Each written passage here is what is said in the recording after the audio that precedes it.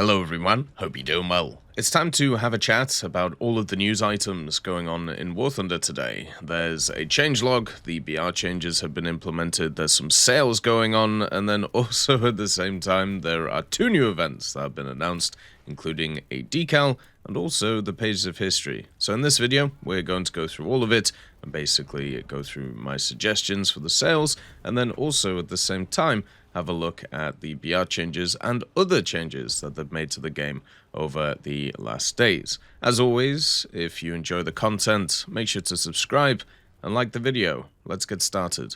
So the first piece of news is on Steam. There is a festival going on right now, War Games Fest, which is around. There's a bunch of discounts, there's demos and all of this new stuff, and War Thunder is actually taking part in it. Basically, War Thunder has all of the starter packs discounted on Steam. So they are 50% off, meaning that they're all very much worth the price, because all of the different starter packs, they come with 2 vehicles, but also on top of that, they come with premium account for 7 days and 120,000 silver lions. So, for example, the British pack, which is $7 Canadian, has the Crusader 2 the Saint, Spitfire Mark IIA Venture 1, which are both ranked 2 vehicles, plus 120,000 SL and 7 days of premium account. These 2 vehicles are great for getting you into a tech tree and having a little bit of fun with it, and hopefully that is something that can be done for people. Obviously, there are some which are a little bit more valuable than others. For example, the US starter pack is only around $3.50 because it doesn't have as much stuff in terms of premium vehicles. The German beginners pack also has the JU87 and the 140/1, so slightly different ranks on their premium vehicles too. But all of the different starter packs are fantastic in value, especially when they're 50% discounted. They are designed to be really good in value, so it's worth picking them up if you are a person who wants to get a tech tree started. The next part is the 2 events that are going on. They're doing a Tokyo Tower decal for the Golden Week in Japan.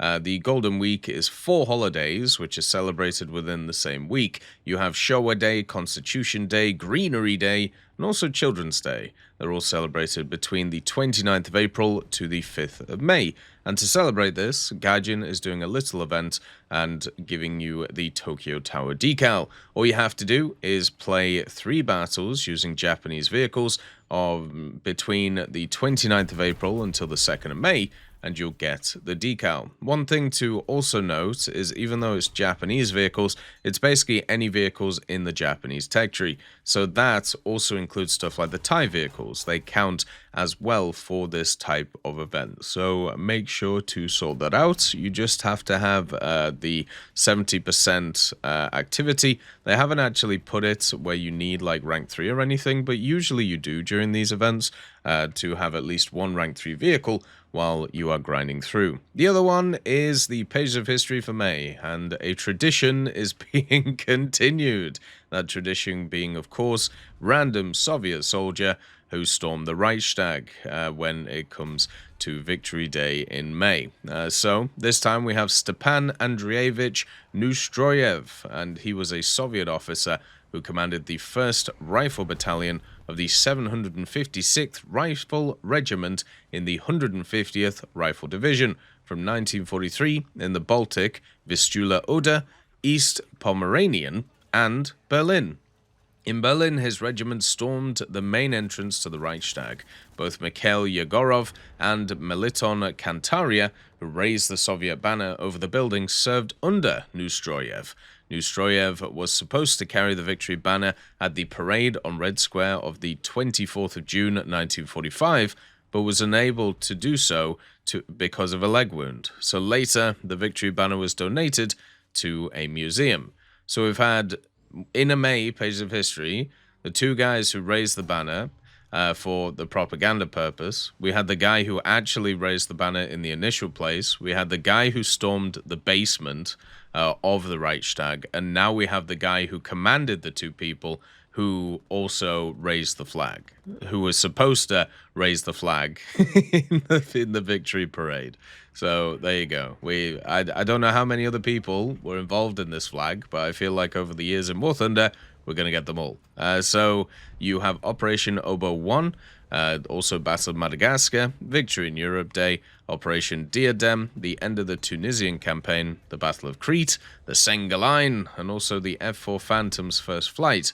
Those are the Page of History challenges, and if you complete them, you get the profile picture, and then also you'll get a bunch of trophies each time you do, which is pretty cool. Nice to see that they're continuing the traditions. There was also an update 2.45.0.76, and what they've ended up doing is implementing all of the battle rating stuff. So they basically spent a week mulling over the changes, they added a bunch of them yesterday, and now the planned battle rating changes have come into effect. I've had a look over them, I don't see anything different compared to what we talked about yesterday, so I don't think there's actually anything new here. I think it's basically just the same as what we've already gone through. But just remember, when it comes to all of the tech tree changes that they were making, those are not moving about until the next major update. So there's going to be a few areas which are a little bit wonky. For example, the XM800T is going to be below the Sheridan, even though the Sheridan is lower in BR, and, you know, all of these general little things. But they'll be fixed when the next major update comes out. I wonder why they don't do it now. Maybe they're thinking of trying to rejuvenate the way that tech trees work, or maybe they just want to do it all in one lump sum. But some of the other changes have come through. So, for example, things like the XP50, it has lost its air spawn. Things like the helicopters have their 80 gems at rank 1 now, so it's a lot easier to grind out. So these are the Hueys, the MI8s, and MI24, the SA324L Gazelle, and also the MI24D for Italy. The Huey for Japan also is getting more rockets, so it's a little bit easier to use. So those have all come in, but the tech tree changes for a lot of vehicles have not come in yet. So just to kind of let you know, there was also a few other changes in the update as well, which I talked about. Basically, they just make sure that people know about the modifications that were added to the ground vehicles.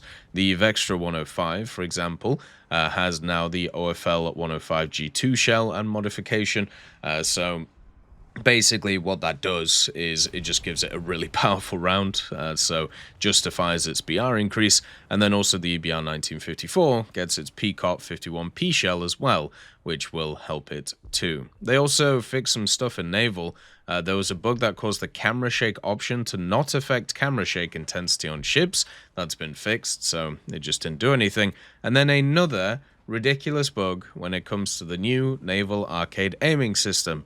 There was a bug that caused turrets to sometimes still not adjust fire to the crosshair in Naval arcade battles, and instead fire at the wrong location. That's been fixed. So once again, they've implemented an aiming system that you can't really turn off unless you want to use realistic aiming, which is completely fair nowadays, in arcade.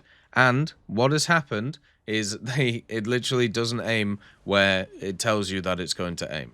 So this was a problem when the system first came out, which meant that nobody could really be accurate because there was bugs which made it inaccurate, and now that has continued until now. So if you're gonna add in a new system into a game which fundamentally alters how you aim in the game and makes it so you can't do anything else if you want to use the Naval arcade aiming mode, like you can't go back to the old system, you better damn hope it works properly.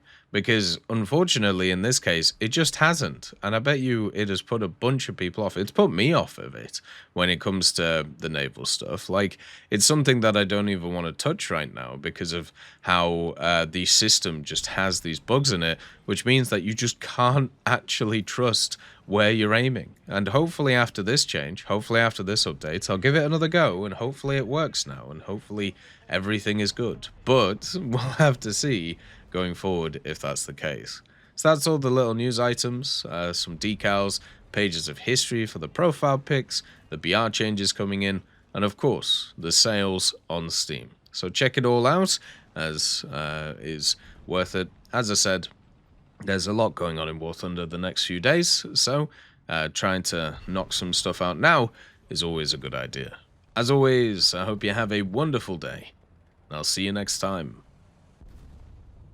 I'd just like to thank GMG Smiley, CD Beans, Chieftain Mike, EMN3 Galaxy, Tulio Pontecorvo, Brendan Quinn, Carrion Crow, Gus Irenicus, Pyman, Wartinder, Teddy, Daniel Stanton, Martinez, B. Young, Ozzy Panzer, Alan Hacker, Liam Shear, Opium Prime, Lafouche, Sem Aslan, Uncle Bean, and Derek R. for supporting the channel.